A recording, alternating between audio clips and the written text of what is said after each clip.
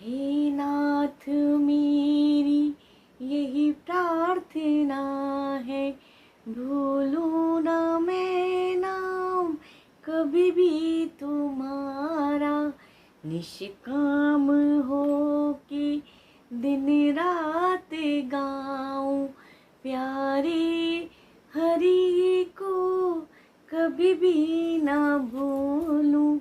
श्री कृष्ण गोविंद हरे मुरारी, हे नाथ नारायण वासुदेवा। श्री कृष्ण गोविंद हरे मुरारी, हे नाथ नारायण वासुदेवा।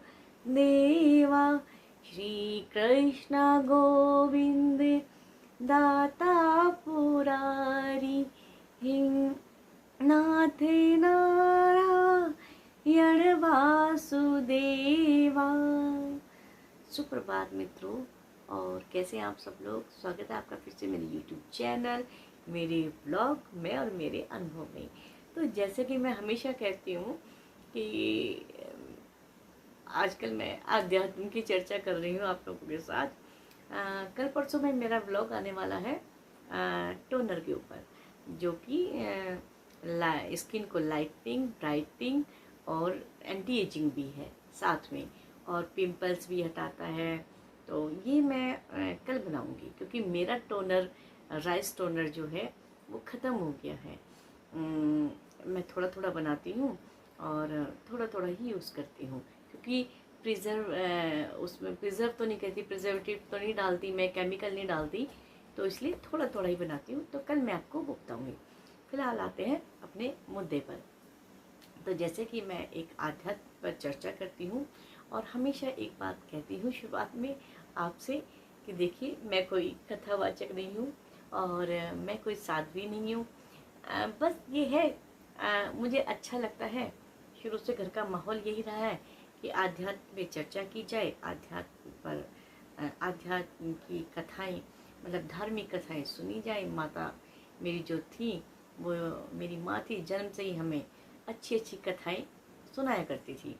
अब वो समय आ गया है कि बच्चे अपने कार्य पे हैं, और इस अवस्था में आ गए कि एक टाइम मिल जाता है, और मुझे ब्लॉग बनाना भी अच्छा लगता है। तो शुरू करते हैं।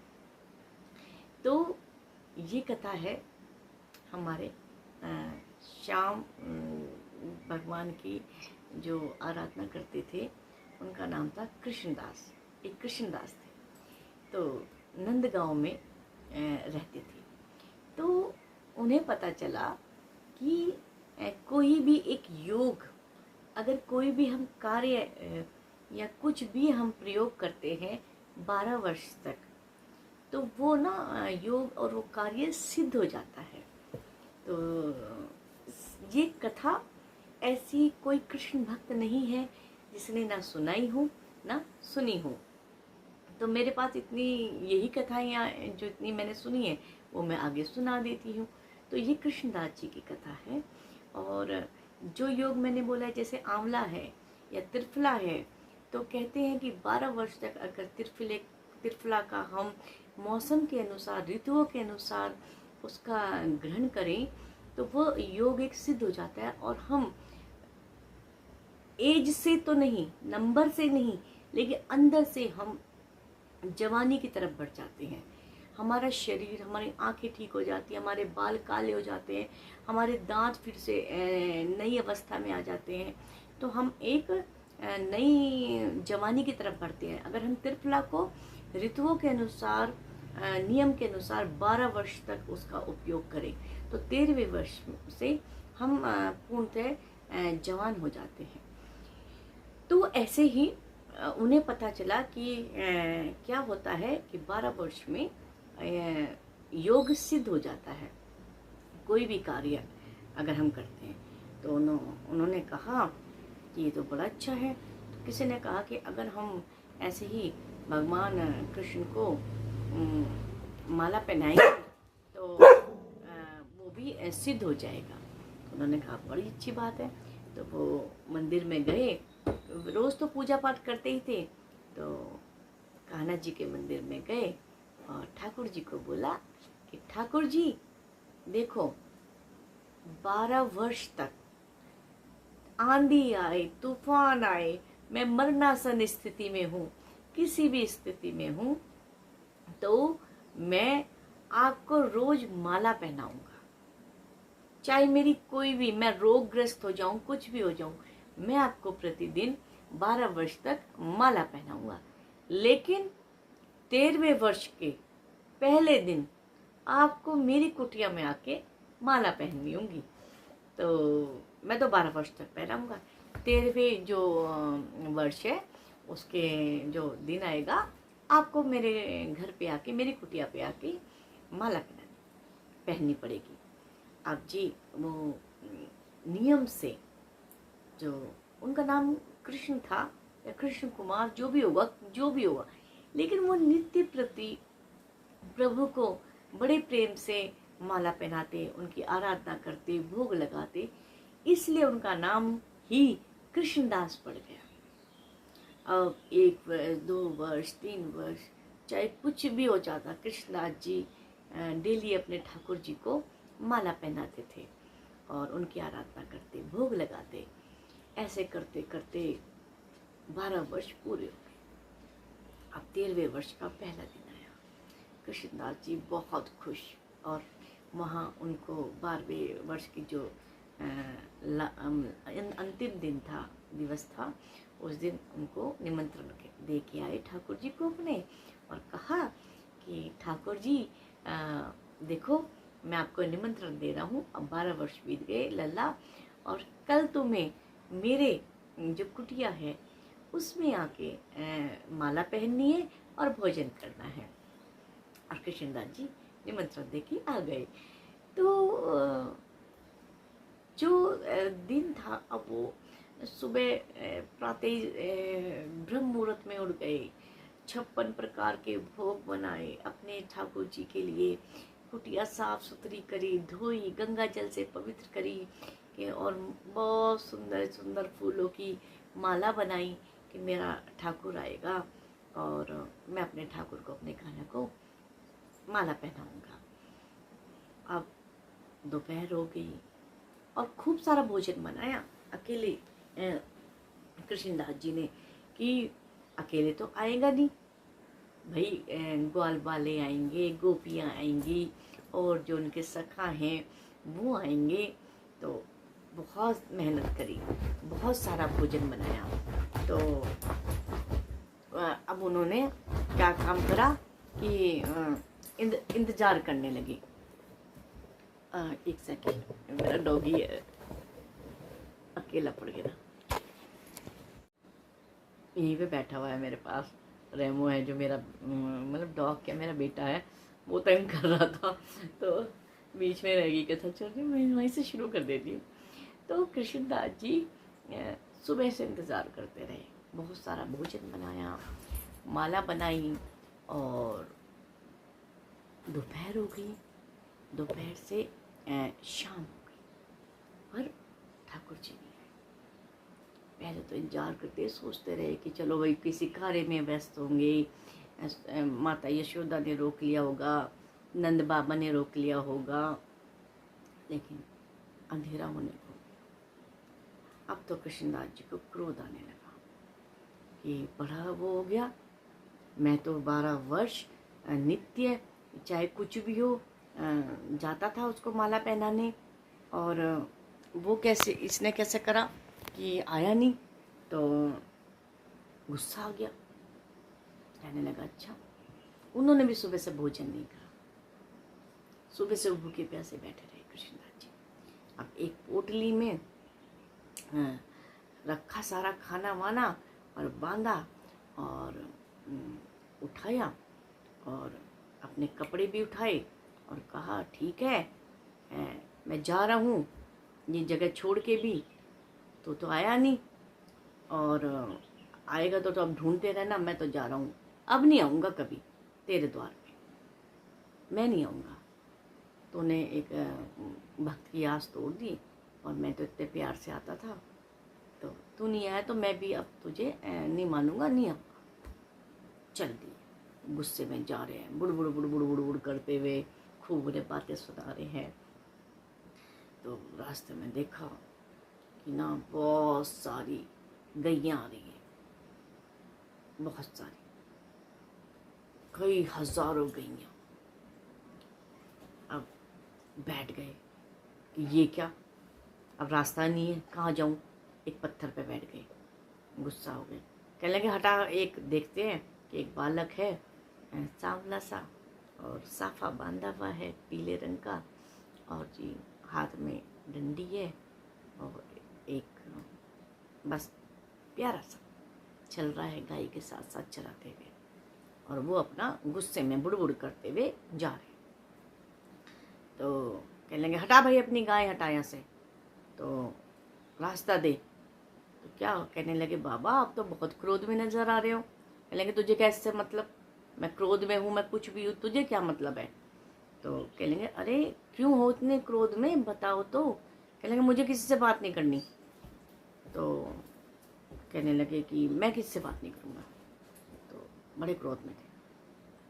तो वो पीछे से आवाज़ लगाने लगे, अरे बाबा रुक तो जाओ, बात तो सुन लो मोरी, थोड़ी सी तो बात सुन लो।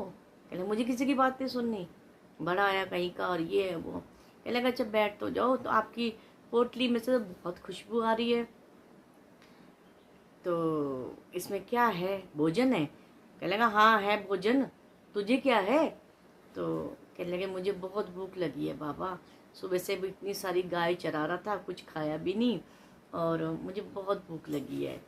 तो कृष्णदास जी सोचने लगे कि क्या कहते हैं, अब ये खाना है और क्या कहते हैं बेकार ही जाएगा, तो क्यों ना इस बालक को खिला दूं मैं।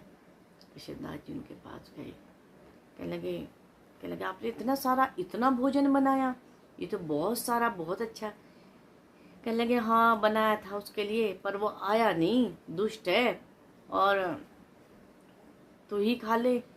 तो कहने लगे कि आप नहीं खाओगे। तो कहने लगे ना मैं नहीं खाऊंगा। तो कहने लगे कि क्या कहते हैं चलो मुझे खिला दो। अब क्या कहते हैं कृष्णदास जी उनको अपने हाथ से खिलाने लगे। अब कृष्णदास जी जब उनको खिलाने का, उन्होंने कहा आप भी खाओ, उन्होंने कहा मैं तो नहीं खाऊंगा। तो उन्होंने कहा खा लो।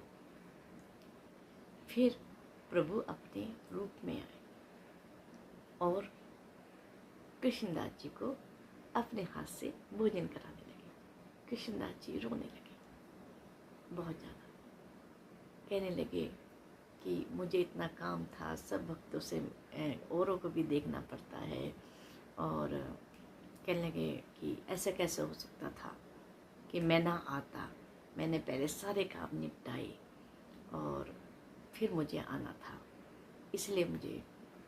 तो कहने लगे मैं नहीं मानता, मैं नहीं बात करता, होगा तू ठाकुर, मैं तो अपना नियम का पक्का था, इतनी देर मुझे इंतज़ार करवाया, तो तू बड़ा आया कहीं का, है ना, और ठाकुर होगा ठीक है, और खाना खिलाया। तो कह लगे बाबा माला तो पहना दो। कह मैं नहीं पहनाता माला, मैं नहीं पहनाता, मैं जा रहा हूँ। अब वो आगे आगे, ठाकुर जी पीछे पीछे, अरे माला तो पहना दो बाबा। कह ना माला नहीं पहनाऊंगा। माला कह रहा जा कहाँ रहे हो। कह रहे राधा रानी के, श्री जी के पास जा रहा हूँ, राधा रानी के। समझ गया, तुझे बड़ा लगता है अपने आप में, अब मैं तेरा दास नहीं रहूंगा, मैं तो राधा को मानूंगा। समझ गया, तेरे अंदर तो बड़ा घमंड है और तू नहीं सुनता। अब आगे आगे बाबा जा रहे, पीछे पीछे कान्हा जा रहे हैं, राधा वो जा रहे हैं राधा जी के पास, कि मैं तो वहाँ जा रहा हूँ, बरसाने जा रहा हूँ और राधा के पास जा रहा हूँ। तो अब भैया कृष्ण जी पीछे पीछे, वो बाबा जी आगे आगे। अब जब राधा रानी के द्वार पे पहुँचे और कृष्ण जी उन्होंने उनको प्रेम से माला पहनाई, आंखें बंद करी, हाथ जोड़े, तो क्या देखते हैं कि राधा रानी कृष्ण जी बन गए। राधा रानी जो है वो कृष्ण बन गई। उन्होंने देखा है, उन्होंने माला तो राधा रानी को पहनाई, लेकिन अब तो आ जाएगा, अब कृष्ण तो राधा के बिना रह ही नहीं सकते। तो जब उन्होंने पलट के देखा कि पीछे कन्हैया है, तो वो राधा रानी बन गई। तो प्रभु ने दिखाया ना, राधा रानी और कृष्ण अलग नहीं है, श्री जी और ठाकुर जी अलग नहीं है, एक ही है। तो उन्होंने तो चरण पकड़ लिए, उन्होंने कहा कि मैं ही हूँ कृष्णदास, मैं ही हूँ अकेला, और तुम चाहे राधा को पहनाओ, जहाँ राधा है वहाँ कृष्ण है। तो ये थी भक्त कृष्णदास जी की सत्य कथा, ये सत्य कथा में आती है। अब आप एक बात सोचेंगे कि सत्य कथाएं कैसी है भाई, आपने बता दी। देखिए, जब ये घटनाएं घटी तो जैसे मेरी माता ने मुझे सुनाई, ये मैंने किससे सुनी, ऐसी उन्होंने अपनी नानी पड़नानी होती हैं, तो जो घटनाएं घटित होती है, हो सकता है कोई भक्त उसमें एक दो लाइन या अपने अनुभव उसमें साझा कर दे, लेकिन घटना सत्य होती है। हमारा इतिहास ही तो हमें बताता है। नानी पड़नानी उनसे भी ऊपर जो होती हैं, वो अपनी बेटियों को, अपने बच्चों को, अपने नाती पोतों को सुनाते हैं, वही फिर आगे अपने नाती पोतों को सुनाते हैं। इस तरह हमारी सत्य कथाएं समय के अनुसार चलती भी हम तक पहुंचती हैं। अब जैसे मैंने आपको बताई, आप अपने कल को मेरे नाती पोते होंगे, मैं उनको सुनाऊंगी, वो अपने नाती पोतों को, अपने बच्चों को सुनाएंगे। ये घटना भी ऐसी है, सत्य घटना है। तो आपको मेरा ये आध्यात्म पे चर्चा, सत्य घटना कैसी लगी, तो कमेंट बॉक्स में श्री राधे राधे और ठाकुर जी जय श्री हरिवंश जरूर लिखिएगा। और मैं ऐसे ही आध्यात्मिक चर्चा आप लोगों के साथ और साझा करूंगी, अपने अनुभव साझा करूंगी। ये मेरे अनुभव इसलिए है कि मुझे अच्छा लगता है, इनसे मुझे मेरे जीवन में बहुत प्रकाश हुआ। एक्सीडेंट के बाद मुझे बहुत अजीब सा फील होता था, नेगेटिविटी आती थी, लेकिन जब से मैं ठाकुर जी से जुड़ी, राधा रानी से जुड़ी, तो आप सच मानिए जीवन अलग ही हो जाता है, कृष्णमय हो जाता है। तो अच्छा लगी तो लाइक कीजिएगा, चैनल को सब्सक्राइब कीजिएगा, एक बस बेल आइकन के लिए और एक सब्सक्राइब के लिए एक बटन ऐसे फिंगर से प्रेस करना होता है, आपका कुछ नहीं जाता। तो लेकिन ये है कि औरों को भी सुनने को मिलता है, अपने दोस्तों के साथ शेयर कीजिएगा। और मैं ब्लॉग को लंबा ना करते हुए यही कहूँगी, माता पिता बच्चों का ध्यान रखिए, बच्चे माता पिता का ध्यान रखिए, अपने बड़ों का आदर कीजिए, अपने आसपास स्वच्छता रखिए, ग्रीनरी जरूर लगाइए, वृक्ष की आवश्यकता बहुत है। और मेरी पसंदीदा लाइन कि किसी भी बेजुबान, किसी भी कमज़ोर का अहित मत कीजिए। अगर आपके पास समय नहीं है हित करने का, सेवा करने का, तो आप किसी का भी अहित मत कीजिए, किसी बेजुबान का, उन्हें तड़पाइए मत। और इसी के साथ ही विदा लूँगी। जय श्री हरिवंश, जय श्री राधे रानी, जय श्री राम।